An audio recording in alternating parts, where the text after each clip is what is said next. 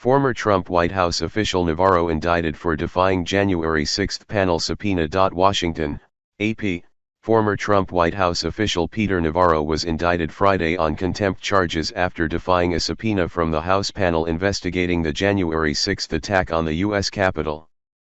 Navarro is former President Donald Trump's second aide to be charged with contempt of Congress for refusing to cooperate with the January 6, 2021, investigation. His arrest comes months after former White House advisor Steve Bannon. Navarro, 72, was charged with one contempt count for failing to appear for a deposition before the House committee. The second charge is for failing to produce documents the committee requested. He was taken into federal custody Friday morning and was expected to appear in federal court in Washington later in the afternoon. The indictment underscores that the Justice Department is continuing to pursue criminal charges against Trump associates who have attempted to impede or stonewall the work of congressional investigators examining the most significant attack on U.S. democracy in decades. The Justice Department and Attorney General Merrick Garland have faced pressure to move more quickly to decide whether to prosecute other Trump aides who have similarly defied subpoenas from the House panel. The indictment alleges that Navarro, when summoned to appear before the committee for a deposition, refused to do so and instead told the panel that because Trump had invoked executive privilege, "My hands are tied."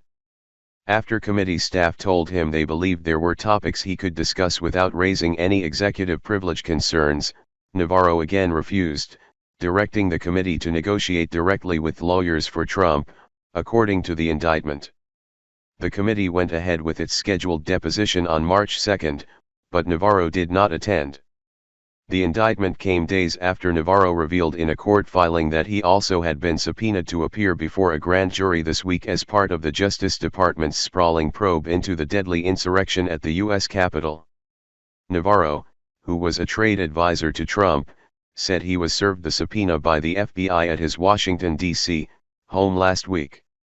The subpoena was the first known instance of prosecutors seeking testimony from someone who worked in the Trump White House as they investigate the attack.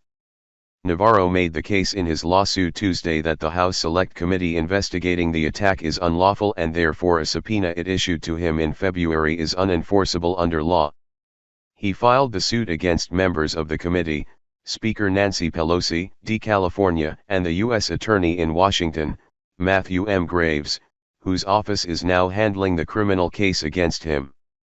In an interview with the Associated Press this week, Navarro said the goal of his lawsuit is much broader than the subpoenas themselves, part of an effort to have the Supreme Court address a number of issues that have come with the weaponization of Congress's investigatory powers since Trump entered office.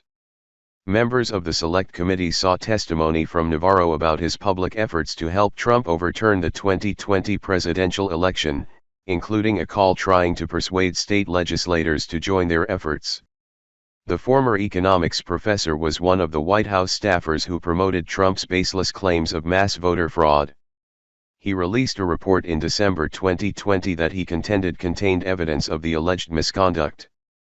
Navarro has refused to cooperate with the committee, and he and fellow Trump advisor Dan Scavino were found in contempt of Congress in April.